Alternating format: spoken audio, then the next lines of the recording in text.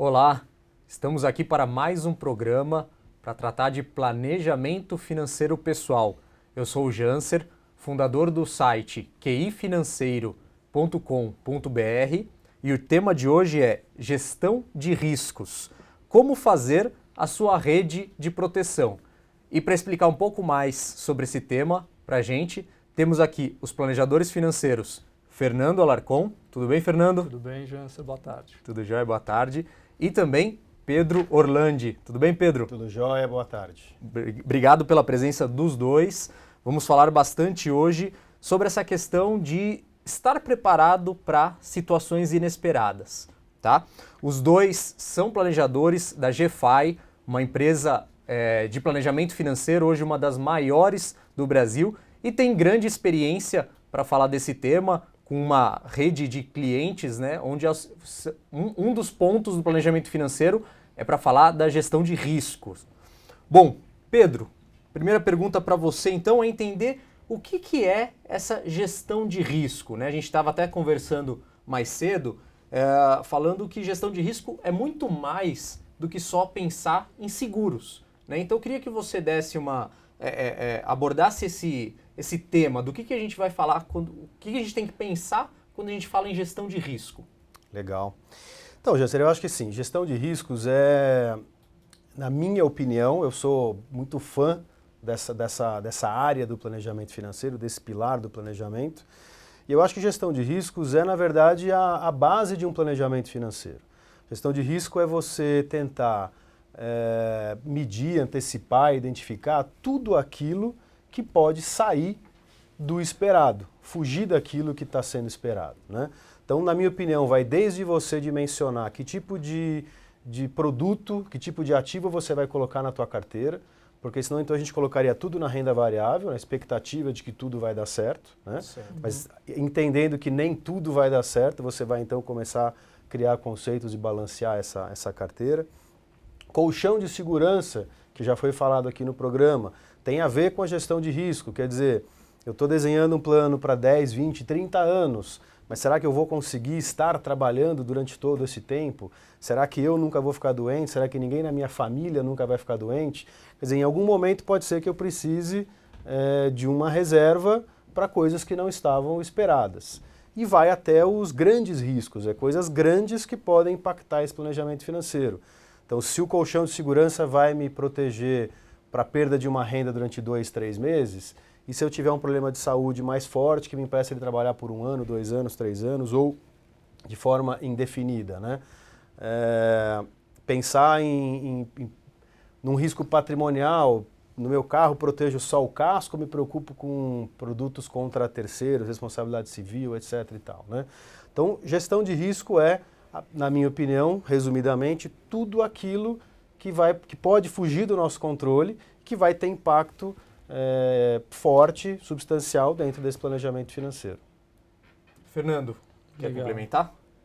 Acho legal que o Pedro comentou, é bem nessa linha mesmo, que eu também acredito que os riscos devam ser olhados, mas para a gente falar de riscos é importante também entender o que eu quero cobrir, né? Qual que é a minha necessidade? Quando a gente fala de riscos, eventualmente vem na cabeça o plano de saúde, que é uma coisa importante a ser levada em considerações, porque existem uma série de coberturas que são possíveis ou não. Eventualmente a gente pensa em seguro de vida, a gente vai falar um pouquinho dele hoje, né? Outras questões, por exemplo, como o imóvel, a minha casa, o meu carro, será que está bem dimensionado? Acho que o Pedro colocou. Então, riscos é bem amplo, né? E tem a questão do investimentos, que o colchão de segurança é uma das primeiras tarefas que a gente coloca aí como planejador para o nosso cliente, para começar a formar esse colchão de segurança, porque ele sim, ele tem uma relação com investimentos ali, mas ele faz muito parte desse conceito de risco. Eu costumo falar para as famílias que eu acompanho, né, que muito dificilmente num plano financeiro, né, numa projeção de tão longo prazo, vai sair tudo perfeito, vai sair tudo conforme o planejado. E é interessante pensar, já sabendo que várias coisas vão acontecer no meio do caminho, tanta gente não se protege dessas coisas, né, desses fatores. Então, eu costumo falar que situações inesperadas não são tão inesperadas assim. Sem dúvida. A gente sabe que coisas inesperadas vão acontecer. A diferença é quem se prepara para elas. Como que a gente olha antecipadamente para elas, né? Exato. Já sabe que as coisas vão acontecer no meio do caminho. Nunca o negócio sai perfeito, né? Como falou, pode acontecer problema de saúde, pode bater o carro, né? Esse é falando dos riscos mais comuns. Uhum. Mas então, falando desses fatores de risco, né, que a gente está sujeito à nossa vida, quais são os fatores que normalmente não levamos em consideração, Fernando? Eu acho que a gente, colocar um exemplo aqui, né? Acho que o exemplo ele ajuda bastante. Quando a gente contrata o seguro do carro, a gente pensa em proteger lá o que a gente chama de casco, né? Certo. O casco está protegido, se roubarem meu carro, eu recebo, o meu bem material eu recebo de volta através de uma indenização. Se bater o carro, o casco ali. Se bater o carro, o meu carro está de alguma forma protegido ali, mas a gente às vezes esquece de que nós podemos causar um prejuízo a alguém, né? E existe modalidade dentro do seguro do carro, por exemplo, para você proteger essa responsabilidade civil que você vai ter por um dano material para uma outra pessoa, num evento acidental, isso pode acontecer, um dano corporal para essa pessoa, né, até para o passageiro que está dentro do carro. Então isso dá para você cobrir, conversando, por exemplo, com o corretor de seguros, você chega à conclusão de que você precisa olhar para isso. Eu acho, inclusive, que esse tipo de proteção, por exemplo, para carro, é bastante, às vezes até mais importante do que o próprio casco do veículo, porque isso pode chegar no seu próprio patrimônio. Imagina você ter que pagar os custos materiais de alguém aí. E outra coisa, o seu carro, você sabe quanto custa, então você está protegendo. O carro que você vai bater, você não sabe qual que é. Né? Pode ser uma Ferrari, e aí? Não, hoje eu brinco, eu já falei isso algumas vezes com o Pedro, que hoje qualquer carro que você vê na rua aí brincando chega a 100 mil reais. Né? Se eu quiser estar protegido em relação a isso, eu preciso começar a pensar como que eu me protejo, qual que é a característica desse produto que vai me ajudar. Ali dentro do seguro do carro tem isso. Pedro, além desse fator de pensar na responsabilidade civil, né, você causar um impacto para uma pessoa, um fator de risco realmente importante, quais outros fatores ali as pessoas não levam em consideração? Acho que o brasileiro ainda leva muito pouco em consideração diversos riscos, né? Em linhas gerais, a gente está mais acostumado a olhar para os fatores de riscos que estão relacionados ao patrimônio, né? Então, às vezes o seguro do carro não está dimensionado da forma ideal, mas acho que hoje a grande maioria tem seguro do carro. Muita gente já começa a fazer o seguro da residência, do patrimônio, nem que seja de forma embutida dentro de um financiamento imobiliário. Mas o principal risco, e que ainda é muito negligenciado, é relacionado ao fator vida, né? Lembrando que vida não é morte, vida é vida. Enquanto estou vivo, que tipo de risco eu posso enfrentar que vai abalar o meu patrimônio, vai às vezes impedir o sucesso de um planejamento financeiro. Então isso ainda é muito negligenciado no Brasil. Então a gente está falando de doença grave, de incapacidade de geração de renda temporária ou definitiva por invalidez, etc. Esse é um risco ainda muito negligenciado, tá? São poucos os brasileiros que têm de fato um bom seguro de vida e um bom seguro de vida dimensionado da maneira correta. Riscos profissionais ainda é uma coisa muito rara no Brasil ainda, né? Então, por exemplo, um risco de um médico cometer um deslize profissional. Isso, de novo, pode chegar no patrimônio dele. Um advogado pode tomar atitudes dentro do trabalho dele que impactam financeiramente o cliente dele. Enfim, esses acho que são dois pontos muito importantes que podem abalar definitivamente o patrimônio e a execução de um planejamento financeiro, e são temas relativamente simples da gente abordar e perceber, né? Se a gente for falar de um risco muito específico, vamos supor o risco do meu cachorro morder o vizinho e o vizinho me processar. Uhum. É difícil isso de acontecer, né? Talvez a gente não vá dar muita ênfase nesse tipo de coisa. Agora, se eu estou preocupado em bater o carro, com certeza se eu bati o carro, sou eu que estou dirigindo, eu deveria estar mais preocupado com a minha saúde do que com o meu carro. Não vale 100 mil ainda, tá, Fernando? Mas eu deveria estar mais preocupado com a minha saúde do que com o valor do meu carro. Ótimo.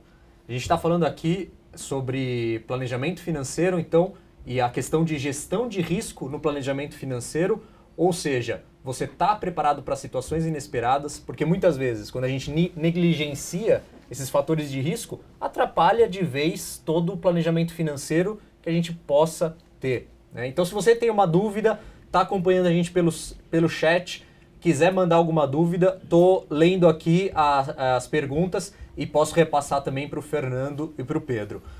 Pedro, esses fatores de risco dependem da profissão da pessoa, e aí a gente, né, já consegue imaginar dois grandes blocos. A pessoa que é um empregado, um CLT e um autônomo, né? Os fatores de risco ali que cada um está envolvido mudam, e isso também muda para a decisão de como gerenciar esse risco? Sem dúvida, sem dúvida. Bom, primeiro, um profissional sob o regime CLT, se a gente for pensar naquele risco que comprometeria o colchão de segurança, quer dizer, uma interrupção na geração de renda por uma demissão, por exemplo, ele tem ali pelo menos o seguro-desemprego, de repente a verba da rescisão dele. Então, esse regime de contratação dele é relevante para a gente dimensionar alguns riscos. Se ele é um autônomo, ele pode se sentir até mais protegido em relação a essa demissão, esse risco de demissão, porque na verdade ele não vai se mandar embora, né? Mas ele pode ter uma diminuição no faturamento dele, nas vendas dele, enfim, na geração de renda dele. Mas ainda sobre a profissão, né?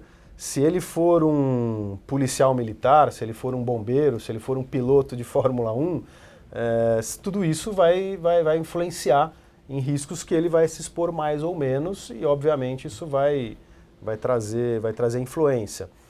Às vezes, mais do que às vezes até a profissão, às vezes o hobby do planejado vai influenciar.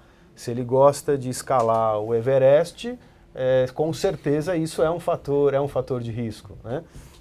Então a profissão, os hábitos, o histórico de saúde, tudo aquilo que compõe, que constrói a pessoa, é fator relevante para a gente dimensionar que riscos ela está mais exposta, que riscos são mais relevantes para a gente pensar em alternativas de proteção.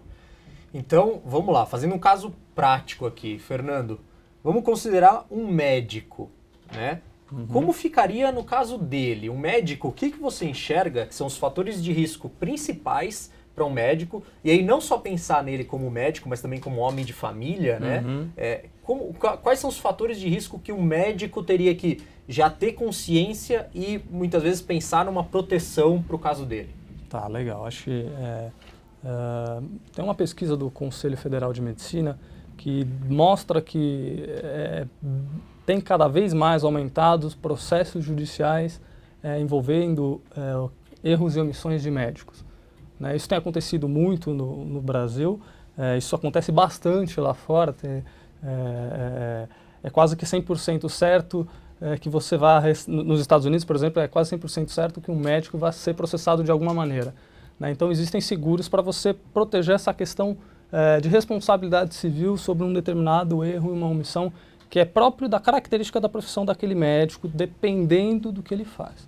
Mas quando você fala, por exemplo, da família, vamos supor que esse médico seja o principal gerador de renda para a família, né? E se eventualmente ele não estiver mais aqui ou não estiver mais apto a gerar renda, existe uma forma, existe uma maneira de calcular uma determinada indenização que vá suprir as necessidades daquela família por um tempo certo, ou vitaliciamente, de alguma forma manter a renda daquela família de forma intacta. Outra questão é qual que é a atividade daquele médico, né? Se, por exemplo, ele é um cirurgião, né, e a mão dele é o ofício dele, existem formas de você avaliar especificamente aquele órgão do corpo. A gente está falando aqui de uma questão mais técnica específica, mas que é importante. Claro. Né? E que isso, de fato, a geração de renda daquele indivíduo depende do ofício dele. Então, ele tem que tomar mais cuidado ou avaliar melhor essa antecipação do risco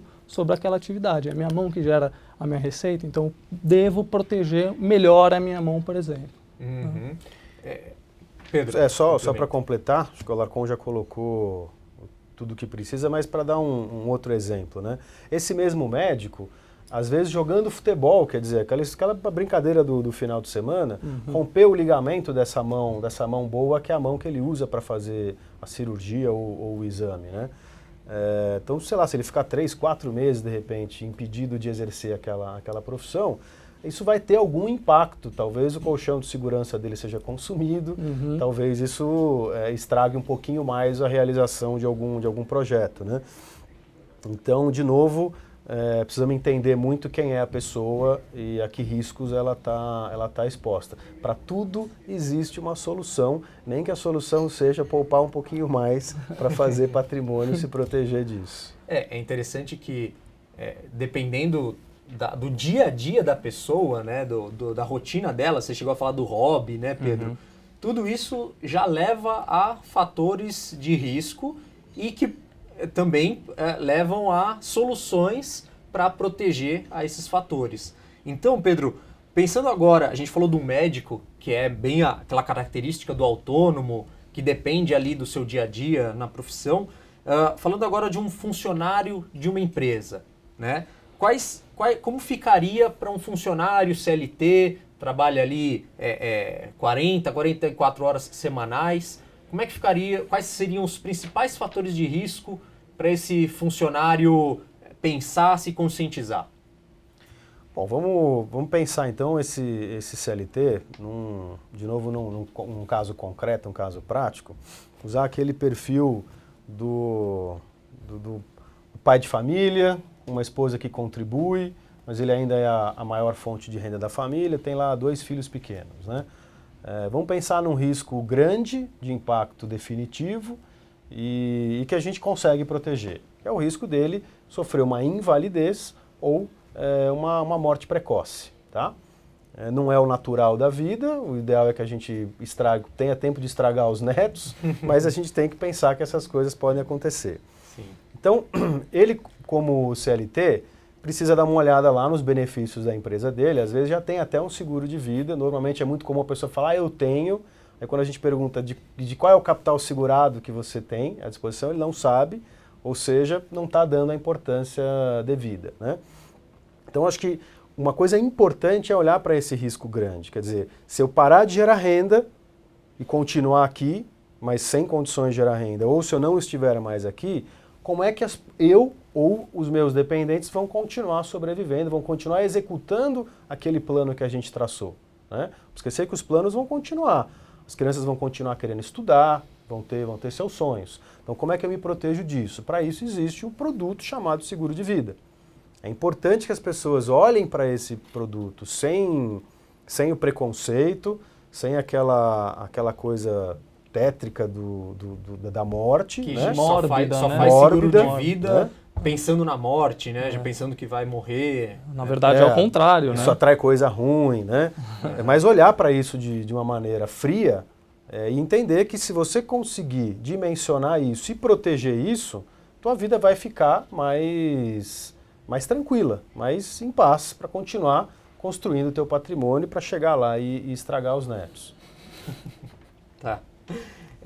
Vocês falaram bastante de colchão de segurança, né? E a gente já teve a oportunidade de falar sobre esse colchão de segurança em outros programas, que é aquele dinheiro que você deixa reservado num investimento de alta liquidez, né? Que você pode ir lá pegar rapidamente, para justamente situações inesperadas.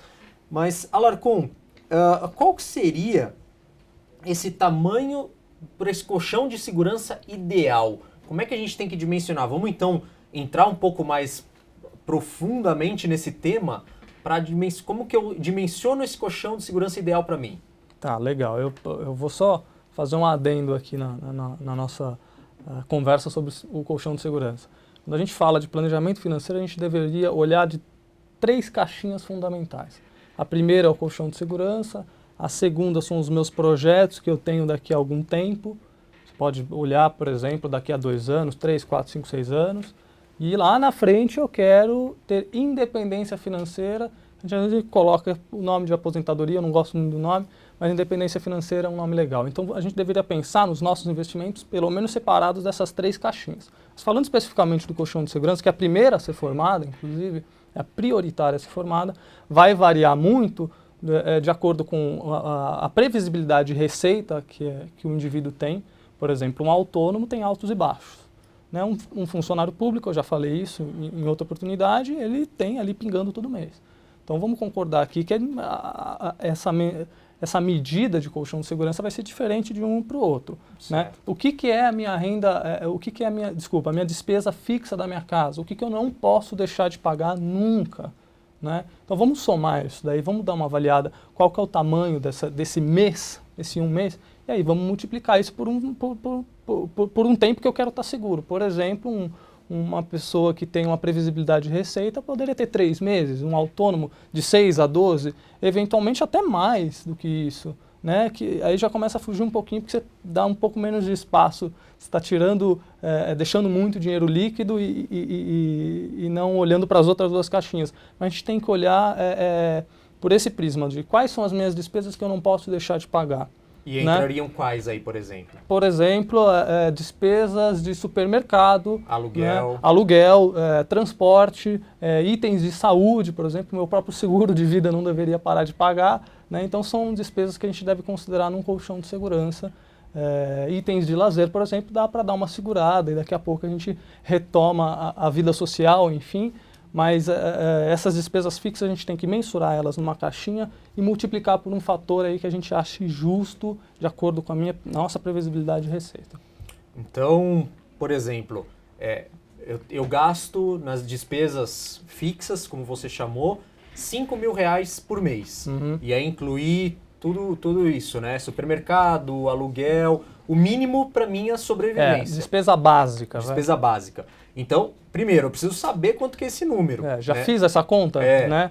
Acho que a primeira coisa... Legal é que quem está assistindo aí já fez a conta, faça. É entender que precisa ter essa conta, precisa ter um controle mínimo para saber quanto que é esse número. Exato. Então, se o meu número é R$5.000 e eu sou um funcionário de uma grande empresa e tudo mais, então minha segurança talvez ali seria de uns 15 mil ou 30 mil reais.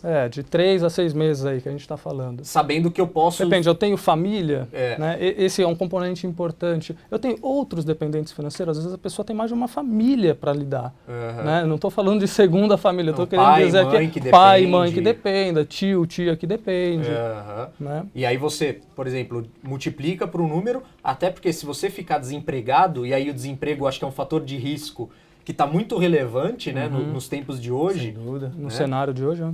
Você realmente ficar desempregado e ter um colchão de segurança para em 6 meses você conseguir uma realocação, eu acho que é uma forma inteligente de você ali ficar tranquilo acontecendo um fator inesperado. Isso é gerenciamento de risco, do ponto de vista de planejamento. Talvez um funcionário público, como você citou de exemplo, não precise de 6 meses, talvez possa ser os 3 meses. Uns 3 meses, exato. Porque a questão da segurança no trabalho é maior. Um autônomo, né, Pedro, que tem muitos altos e baixos, poderia precisar de uns 12 meses ali, porque, e aí você falou de uma coisa interessante, ele depende ali do trabalho dele, um médico, como vocês falaram, se ele fica de cama, fica doente, não vai conseguir gerar retorno, ele precisa ter um colchão maior para justamente se preparar para essas situações. Sim, é importante. Perfeito. Acho que é legal até colocar aqui que acho que dependendo do estado onde eu moro, por exemplo, lá no Rio Grande do Sul, talvez 3 meses seja insuficiente para o funcionário público de lá. Então tem que olhar para pelo menos uns 6. Já vale a pena, sério, vale a pena avaliar. Está mudando algumas coisas aqui no meu cenário. Eu posso ter que receber as minhas receitas parceladas. E aí mostra que esses riscos estão mais perto do que a gente imagina. Exatamente. Só um complemento até que me ocorreu agora, a gente estava falando assim, a gente precisa então juntar lá de 3 a 6 meses, 3 a 12 meses, dependendo das características aí de cada um, né, para compor esse colchão de segurança. E enquanto eu estou compondo o colchão de segurança, o que eu faço? Então, de novo, lá o médico, ele entende que como autônomo ele precisaria ter lá seus 12 meses de colchão de segurança, e ele tem lá um padrão de vida de 7, 8, 10 mil reais para facilitar a conta, que é escola, supermercado, aluguel e etc. Eu precisaria ter 120 mil numa fonte bastante líquida. E ele ainda não tem. Como é que ele faz? Então existem soluções de seguro que protegem a geração de renda dele do risco, por exemplo, de romper o ligamento jogando futebol, tá? Ou seja, o seguro vai pagar para ele, enquanto ele estiver incapaz de trabalhar, vai pagar aquela renda que ele precisa para continuar trabalhando. A hora que ele conseguir juntar os tais 12 meses, de repente ele pode se ver livre de pagar esse produto. E aí, Pedro, legal isso que você falou, porque a gente tem normalmente o INSS, né? Então, o INSS pode ser tratado como um seguro? Bom, eu vou dizer para você que ele deve ser encarado como seguro, né? Se a gente for olhar lá na origem, ele é um seguro. É um seguro que te cobre dos riscos de, por exemplo, invalidez e do risco de você viver muito, né? Que tecnicamente esse é o risco que a gente se preocupa. Se eu sobreviver à minha fase produtiva, né? Então chegar na fase onde eu deveria estar independente financeiramente, mas eu não estiver independente financeiro, como é que eu vou sobreviver? Então aí aparece de novo esse INSS, que deve sim ser encarado como seguro, porque se você está sob o regime CLT ou se você contribui de forma individual, como autônomo, ele funciona bem como um seguro. Dependendo da renda do planejado, pode ser inclusive suficiente para uma família que tenha um padrão que ganha 5 e pouco, estão contribuindo pelo teto. Uma contribuição do teto do INSS hoje num evento invalidez cobre o atual padrão de vida. Pode não cobrir a projeção de melhoria de vida que aquela família gostaria de ter, mas ela vai cobrir o patrimônio inicial. Então, essencialmente, tem que se considerar o INSS como um seguro e talvez ele não seja suficiente para cobrir a longevidade, o planejamento da aposentadoria. Mas como seguro, sem dúvida, é fator importante. Perfeito. O Noix, aqui no site, no chat, ele fez uma pergunta, é o seguinte: boa tarde, tenho uma previdência nos moldes antigos, benefício definido, onde posso encontrar uma assessoria para entender melhor o contrato, as tabelas, etc. Olha, Noix, sai um pouco do tema do programa de hoje, então o que eu convido você, que a gente já tem falado nos outros programas, é entrar no site qifinanceiro.com.br.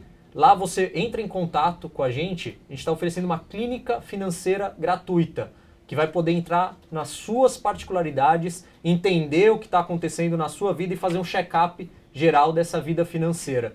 Tá? Vamos se concentrar aqui nesse tema de hoje, que é a questão de gerenciamento de risco.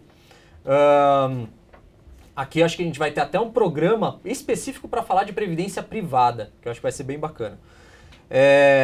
Mais uma pergunta aqui, Fernando. Não tenho dependentes.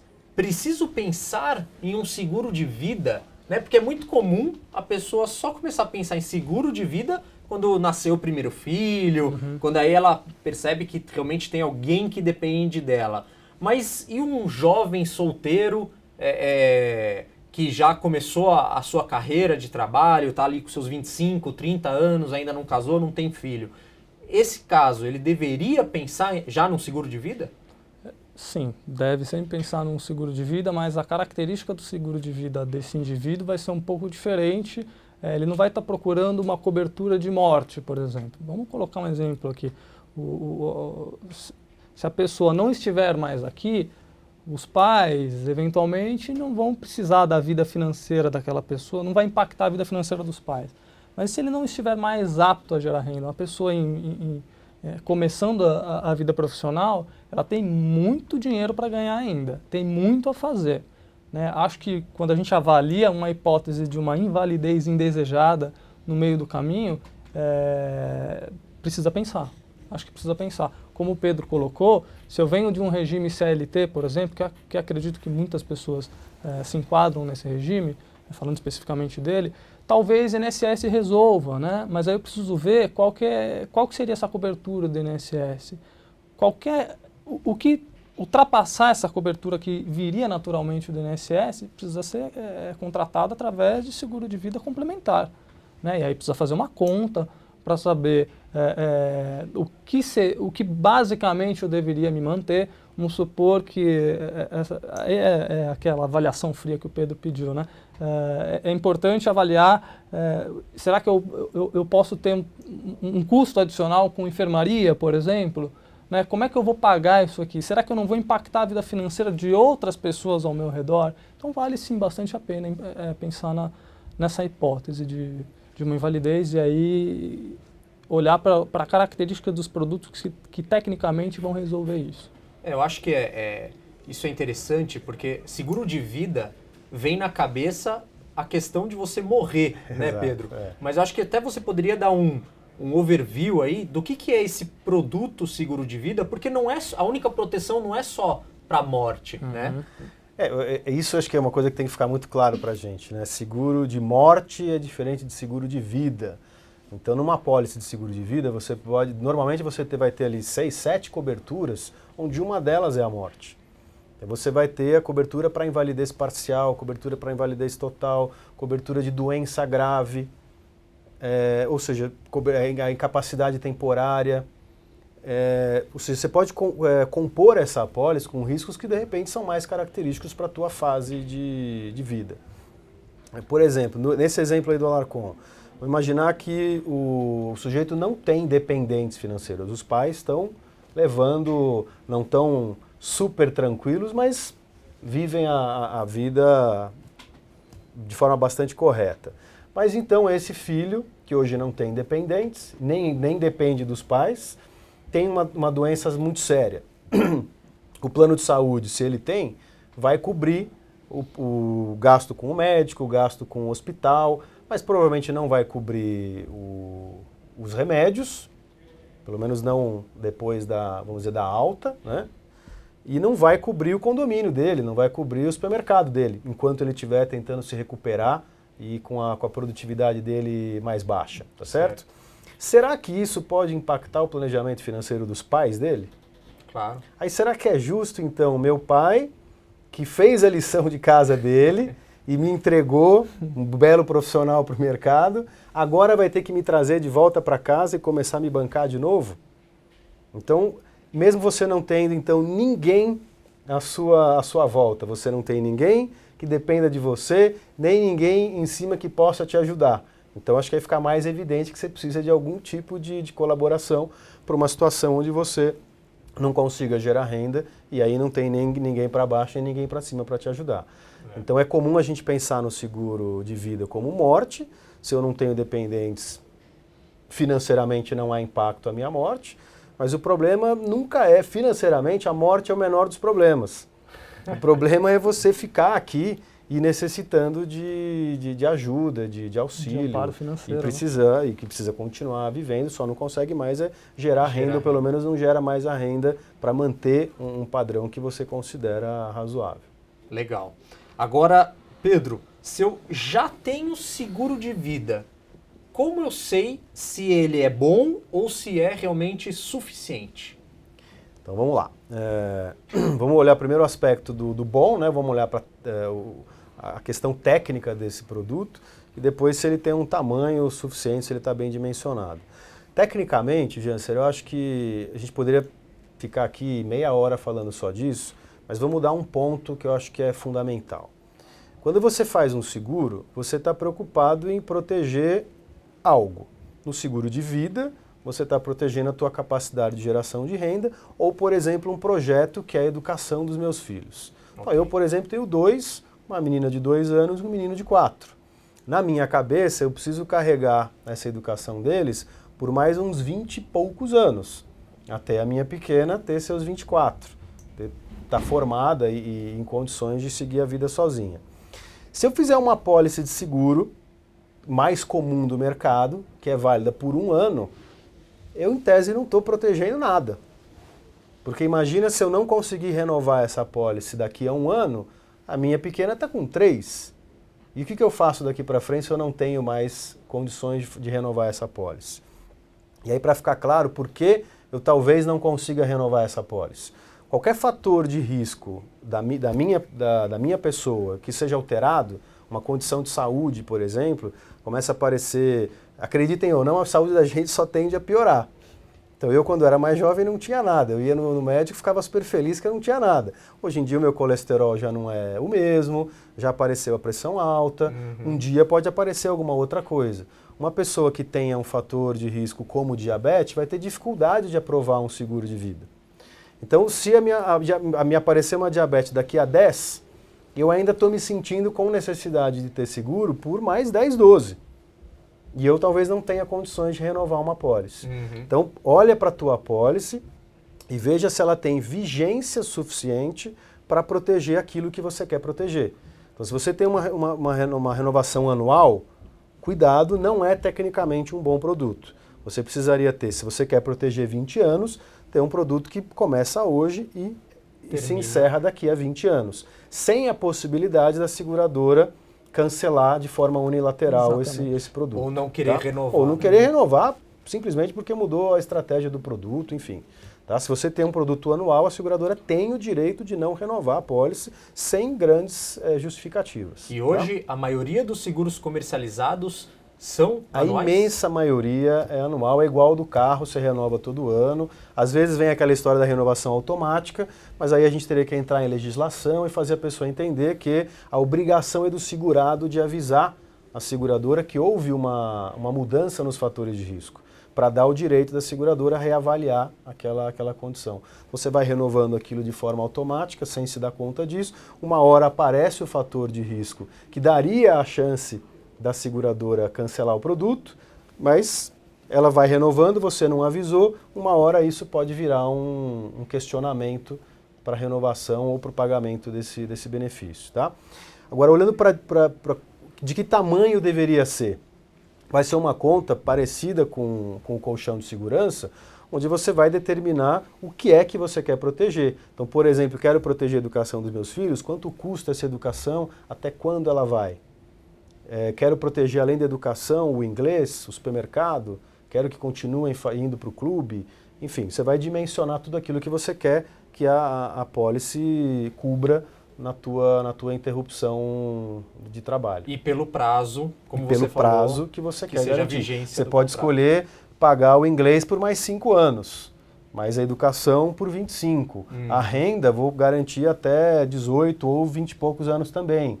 Enfim, você vai dimensionando os riscos e garantindo. Você pode fazer uma apólice enorme para proteger tudo isso, ou apólices independentes para cada tipo de risco que você quer garantir, com estratégias diferentes, etc. Perfeito. Jansen, eu queria complementar com uma questão aqui. O tamanho da apólice, ela é importante nesse prisma, mas vamos supor aqui que o sujeito que fez uma apólice, antes dele fazer essa apólice, ele também tem que, dentro do prisma de planejamento financeiro dele, ele tem que avaliar ali que ele vai continuar guardando dinheiro. Pode ser que em um dado momento ele já chegou num nível de patrimônio que é um conceito que a gente chama de autossegurável. Ele já está autossegurável para, por exemplo, garantir a educação dos filhos. Então pode ser que aquele seguro tenha um determinado tamanho e aí vai influenciar o prazo de vigência, né? Por exemplo, às vezes se eu não vou chegar nunca lá, e a minha condição já é sabida de que eu nunca vou chegar nesse valor aí de autossegurável, pode ser que eu precise de um seguro vitalício, né? O que impacta no valor do prêmio, que é o quanto custa, né? Então essas informações são levadas em consideração por um profissional na hora de avaliar esse todo, né? Então não tem uma solução que fecha para todo mundo. Depende de conta, depende de situação de risco, de estado de saúde. Às vezes, previamente, você já sabe que o indivíduo não vai conseguir levar para frente um processo dentro de uma seguradora, né, com um produto tecnicamente bom, como o Pedro comentou. Então, são vários fatores que encerram o assunto riscos. Então, precisa estar bem dimensionado. Eu acho que isso é até interessante, porque quem trabalha dentro de uma empresa pensa assim, eu já tenho seguro de vida porque a empresa tem o seguro de vida. Essa pessoa deveria contratar um complemento, Fernando? Ou seja, ver se aquele seguro é realmente suficiente dentro dessa conta que você acabou de falar? Ela precisa... Pode não ser suficiente? Pode não ser suficiente, é como o Pedro estava comentando aqui. Às vezes você pergunta ali, é muito comum, num primeiro bate-papo com uma pessoa sobre esse assunto, planejador financeiro ali, ou quem está dimensionando o seguro, avaliar isso, né? Você tem seguro de vida? Ah, tenho, da empresa. Geralmente, esses seguros de vida são seguros de vida em grupo, tem uma pólice mestra lá que entra um monte de pessoas embaixo. Quer dizer, a seguradora está olhando para um risco médio ali de todo mundo, né? Agora, se eu quero uma coisa específica para mim, eu preciso ter calculado qual que é o tamanho disso aqui, né?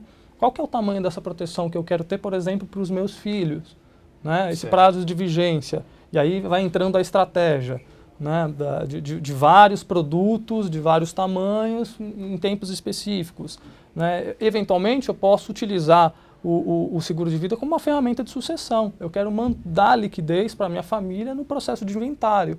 Então, eu posso avaliar desse ponto de vista também, né? Porque o seguro de vida ele é considerado um produto, tem outros também, mas é um produto que pode ser muito, se bem utilizado, num processo de sucessão, né? Você já previamente sabendo que vai ter custas de passar um patrimônio, o bastão para outra pessoa, tem custas aí no meio, tem honorário advocatício, tem impostos, então isso daí vai precisar estar bem dimensionado, né? Legal. Pedro, muita gente também pergunta ou acha que o plano de saúde já é suficiente. Plano de saúde e seguro saúde ou seguro de vida, como é que eles se complementam? O plano de saúde já é suficiente para eu ter ou não? Como é que é essa brincadeira? Como é que eu tenho que me proteger ali desses dois lados? Legal. Bom, o plano de saúde primeiro tem que ter, né? Não vamos deixar isso como ponto pacífico. O seguro de vida, apesar de em alguns desenhos, por exemplo, a gente falar de doenças graves, eles são coisas totalmente complementares. Então, de novo, o plano de saúde vai bancar lá o médico e o hospital. Mas se você quiser, por exemplo, acessar um tipo de tratamento experimental e que não está acessível no teu plano de saúde, ou de repente o teu plano de saúde cobre hospitais aqui no Brasil, mas você tem um problema X que você precisaria se tratar nos Estados Unidos, será que o teu plano de saúde vai cobrir? Se você ficar muito tempo afastado por esse problema de saúde, o plano de saúde não vai pagar o teu condomínio, não vai pagar o teu aluguel. Então são coisas de fato complementares, né?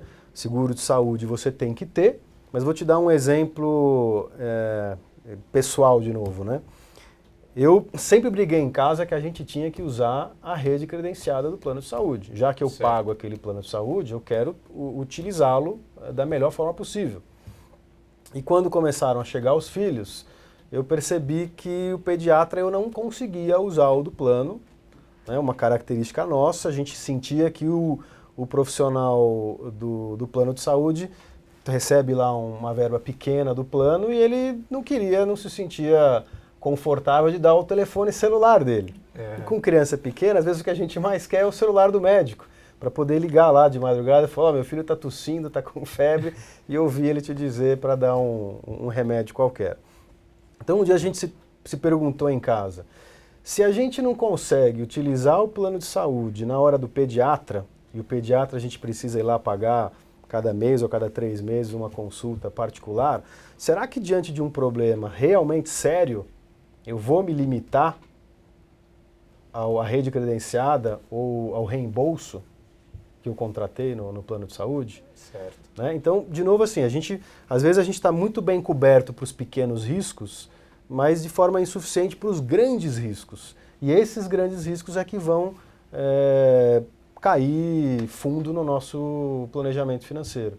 Aí, de novo, de repente, é o filho que não tem um plano de saúde muito bom, afinal de contas ele é novo, não tem dependentes, né? Está na flor da idade, então ele não vai ter grandes problemas de saúde. E aí, de repente, ele tem esse problema de saúde, ele impacta o dele e o da família dele. Porque o pai vai comer a poupança que ele fez para a sua aposentadoria para ajudar o filho. Então, eu acho que assim, além de precisar ter, Janser, é importante a gente também entender que existe uma relação entre se uma pessoa com 95 anos tiver um câncer, o impacto financeiro tende a ser muito pequeno, porque é o natural da vida. Em tese já está se esperando que alguma coisa vá acontecer. Mas se um moleque de 19, 20 anos tiver um câncer, o impacto financeiro é muito grande para ele e para a família toda dele.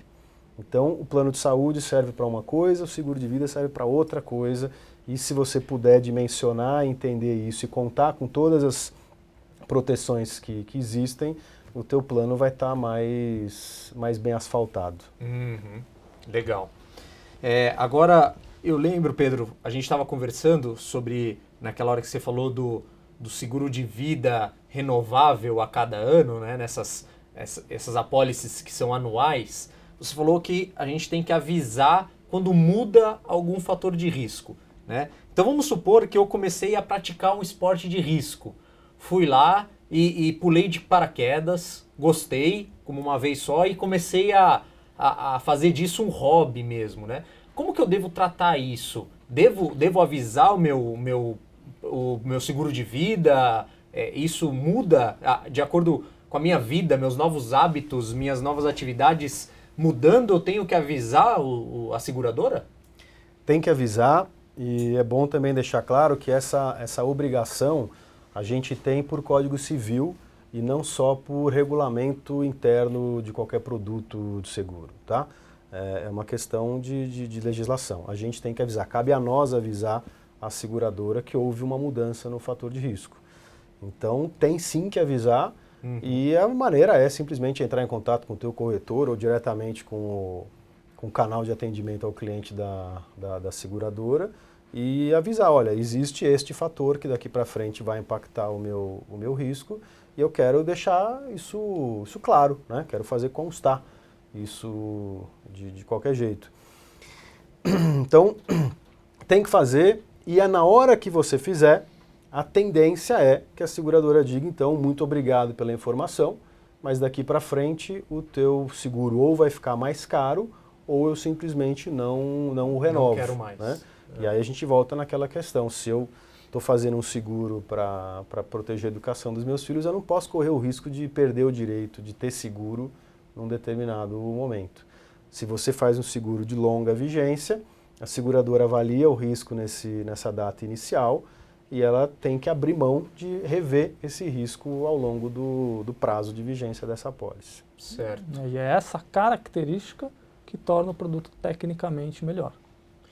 Mas se realmente eu começo a praticar um esporte e a seguradora não quer mais renovar o meu seguro, eu tenho que ter a consciência de que eu tenho que me proteger de outra forma, talvez com um colchão de segurança ainda maior, enfim, um patrimônio em investimentos grande, para justamente compensar essa falta que faria receber um seguro numa eventualidade, né? Tem um aspecto que eu queria só comentar, acho que até foge um pouco aqui. Imagina que eu tenho seguro de vida numa seguradora A. Eu posso fazer mais de um se eu quiser. A grande diferença é que eu tenho que avisar a B, seguradora B, que eu já tenho um seguro em A. Tá, na seguradora A, para que elas saibam. É necessário você avisá-las. Tá. Porque isso é uma boa prática para que elas saibam que já existe um risco ali que foi definido de algum momento, em algum instante. Legal. Então é bem importante isso. Tá, eu acho que a gente abrangeu bastante coisa do seguro de vida, né? Mas agora, falando dos seguros mais conhecidos, Fernando, como de carro, por exemplo, quais são os pontos de atenção que eu tenho que ter no meu seguro de carro? Que é um seguro, talvez, vocês tenham estatística, talvez o seguro que o brasileiro está mais acostumado, que a maior parcela dos brasileiros faz, né? Mas quais são os pontos de atenção para quem tem um seguro de carro, que tem que olhar ali na apólice para ver se está realmente protegido? Tá, acho que é importante. O seguro do carro é ponto pacífico. Acho que todo mundo que tem carro pensa em ter, pelo menos, né? Faço o seguro de carro, mas nunca pensei no seguro de vida, né? Mas é legal aqui que a gente está trazendo um outro conceito para as pessoas avaliarem. É importante sim ver o tamanho da proteção desse casco, o prêmio, que é o custo, prêmio é o custo do seguro, né? Qual que é a relação do tamanho desse prêmio, quanto custa o meu carro? Né? Eventualmente eu posso abrir mão de falar, não vou pagar... assumir o risco? Assumir o risco, mas eu posso me proteger, por exemplo, eu não quero proteger o meu casco, eu quero proteger um evento que eu possa causar a outros. Eu bato nessa tecla aqui que eu acho que é importante, que é o seguro com responsabilidade civil facultativa veicular, o RCFV. Conversar com o corretor de seguros ali na hora de avaliar isso aí. Porque esse é um seguro, é uma modalidade do seguro que está dentro ali do seguro do do veículo, que de fato pode ajudar você a impedir que um litígio ou que uma responsabilidade que eu tenha que arcar nos custos de alguém, num evento de bati o carro, machuquei uma pessoa e quebrei o carro daquela pessoa, eu preciso cobrir aquilo ali. Né? O DPVAT cobre alguma coisa ali, e aí eu preciso ter uma cobertura extra para fazer valer isso. A cobertura do casco não faz isso. Né? Precisa de um seguro à parte de responsabilidade civil para o famoso seguro contra terceiros. O pessoal conhece como seguro contra terceiros. Vale a pena olhar para isso. Também tem, de uma outra forma, tem o APP, que é do passageiro, né, em que eu protejo de morte, invalidez, uma pessoa que esteja dentro do meu carro, mas se ela já tiver um seguro de vida, já está bem dimensionado, vamos colocar aqui. Mas acho bastante importante olhar para a responsabilidade civil facultativa. E é interessante, né, Fernando, o que você está falando, porque além de ver se tem esse seguro ali embutido, tem que ver o valor da cobertura também. E que usualmente, para deixar barato, às vezes as pessoas, não, diminui essa parte aí. Esses 50 mil de danos materiais e 50 mil de... Esse DMDC. DM é danos materiais, DC danos corporais. Gente, eu acho que às vezes acaba sendo mais importante do seguro esse cara aí. Né? Danos materiais é o dano que eu vou oferecer a outro, né, outra pessoa, no carro da pessoa, dano corporal àquela pessoa. Né? Então, vale a pena avaliar assim. É o que eu brinquei. Qualquer carro hoje em dia na rua aí tá, de repente, valendo 100 mil reais. Mas você colocou uma coisa, gente, que acho que você coloca muito a clara essa questão, né? O meu carro, eu pelo menos sei quanto ele vale. Então, eu consigo dimensionar exatamente esse risco e decidir se eu vou pagar ou não vou pagar o risco dele, né? Eu lembro de uma época que... minha memória não é tão boa para anos, mas uma época que a gente vivia racionamento de energia e era muito comum usar motor a diesel para geração de energia. E vivendo num país como o nosso, o índice de sinistralidade para caminhonetes a diesel ficou tão alto, o índice de roubo para esses veículos era tão alto, que ficava praticamente inviável fazer o seguro. E aí você vai fazer tua conta lá e decidir se você vende esse carro, se você deixa ele parado numa garagem para diminuir o risco que você corre, mas você consegue dimensionar bem, né? Agora, se essa caminhonete a diesel bater num outro carro ou atropelar alguém, aí é que você não controla e aí o impacto pode ser muito maior. Verdade. Né? Então, no caso do patrimonial, principalmente do carro, é mais fácil você dimensionar e decidir se cobre ou não cobre, mas como disse o Alarcon, a gente tem que olhar para o todo e para aquilo que a gente não consegue controlar. Para fora da cabine do carro. Perfeito. E aí, outro patrimônio também, Pedro, que a gente, né, todo mundo se preocupa é com a sua casa, o lar, a sua moradia. Né? O brasileiro, pela sua percepção, já se preocupa mais com o seguro da casa e deveria, ou seja, deveria também pensar no seguro da casa como a gente já se preocupa hoje com o seguro do carro? Sem dúvida. Acho que a casa tem aquela característica, a gente tem a sensação de que é um patrimônio mais sólido, o tijolo ali, ninguém vai conseguir sair carregando a casa, né? Se roubarem a casa, vão roubar a televisão, mas não vão conseguir levar a minha casa embora. Mas existem outras coisas, pode acontecer um incêndio, pode acontecer um problema estrutural, enfim. Acho que aqui a gente não tem terremoto, mas fora do Brasil isso é mais comum. E é o tipo de coisa que, de novo, vai impactar de forma importante. Porque, normalmente, para o brasileiro mais padrão, a moradia é parte muito importante do patrimônio. Então, se um incêndio ou algum outro evento que condene esse patrimônio, vai ter impacto importante. Mas acho que ainda é baixo o índice de cobertura, porque, de novo, o brasileiro tem culturalmente o comportamento de achar que nada vai acontecer. Vai acontecer com outro, então eu nunca vou ficar doente, nem nunca vai cair um avião na minha casa. Né? Mas outro fator que talvez as pessoas não tenham seguro da casa é porque ele é caro? Ele é proporcionalmente caro ter o seguro da casa? Vou te dizer que, assim, proporcionalmente, a casa deveria, pelo menos, ser muito mais barato do que o carro, né? O carro está o tempo todo ali rodando e se expondo a uma batida, a um roubo, etc. A casa deveria ser proporcionalmente muito mais barato. Por outro lado, às vezes o sujeito tem um carro de 30 ou de 100 mil reais, mas ele pode ter uma casa de 200, 300, 1 milhão, 2 milhões, né? Então, ainda que proporcionalmente seja mais barato, o valor absoluto pode ser importante, né? Mas o que eu mais sinto no seguro residencial é que, de novo, as pessoas estão acostumadas a fazer pelo canal, talvez não ideal, pelo motivo não ideal. Então, às vezes, faz muito seguro ainda naquela modalidade para ajudar alguém, na troca por algum outro benefício, algum outro produto, e aquilo vem acoplado, vem no pacote. E ali é onde você acaba pagando muito caro por uma coisa que não deveria.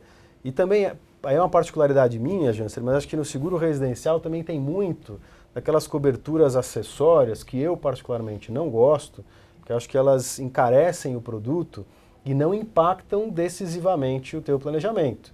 Então, se você começa a encher a tua apólice com aqueles penduricalhos de encanador, eletricista, chaveiro, assistência PET, assistência para o computador, enfim, tudo isso vai de alguma maneira encarecer a apólice. Se você, de novo, você precisar chamar um encanador, não é isso que vai criar um grande impacto.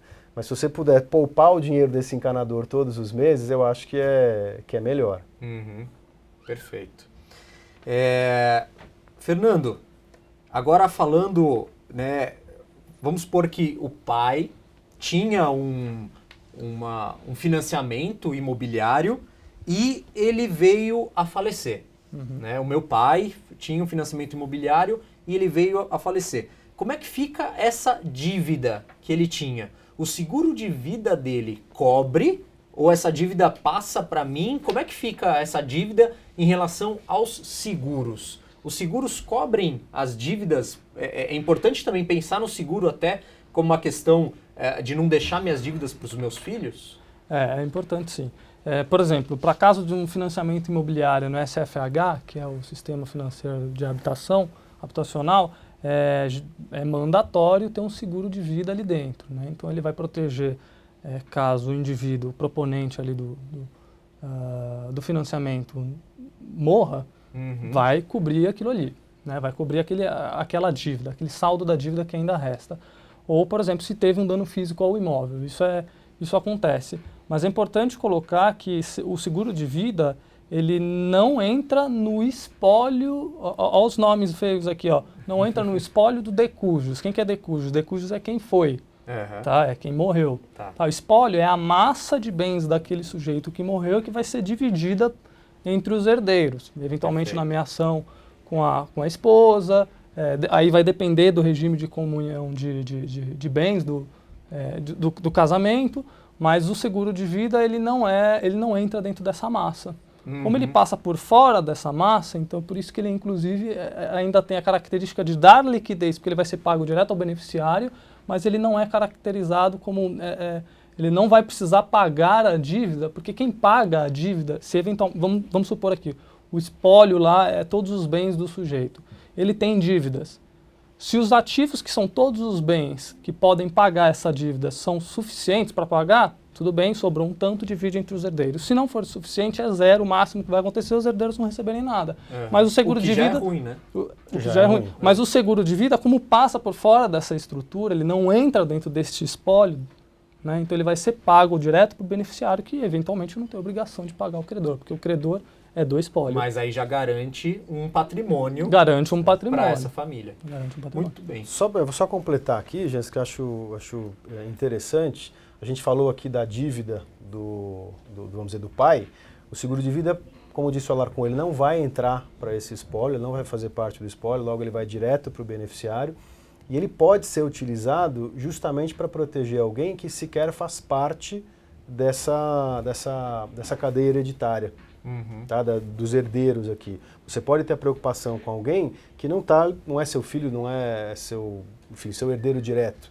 Pode ser alguém que cuidou de você, por exemplo, e hoje você ajuda, e você tem a preocupação de se na tua falta, se os familiares vão continuar com aquela contribuição. Pode ser uma uma sociedade beneficente, pode ser uma ONG que você ajuda e que você quer continuar contribuindo mesmo depois da tua partida.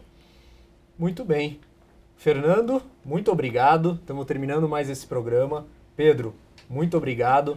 Eu acho que deu uma boa ideia, né, mostrando que no planejamento financeiro a gente tem que estar preparado para situações inesperadas. Como a gente falou, planejamento financeiro leva em consideração 10, 20, 30 anos para frente. E é muito difícil realmente achar que tudo vai sair perfeito, tudo vai sair como planejado. Então acho que esse papo sobre gestão de risco mostra isso, que a gente tem que estar atento a esses fatores de risco e que há sim maneiras de se proteger para eles. Muito obrigado. Lembrando que essa é uma série de 12 programas para falar de planejamento financeiro. Terça-feira tem mais. Aguardo sua presença. Obrigado, até lá. Tchau, tchau.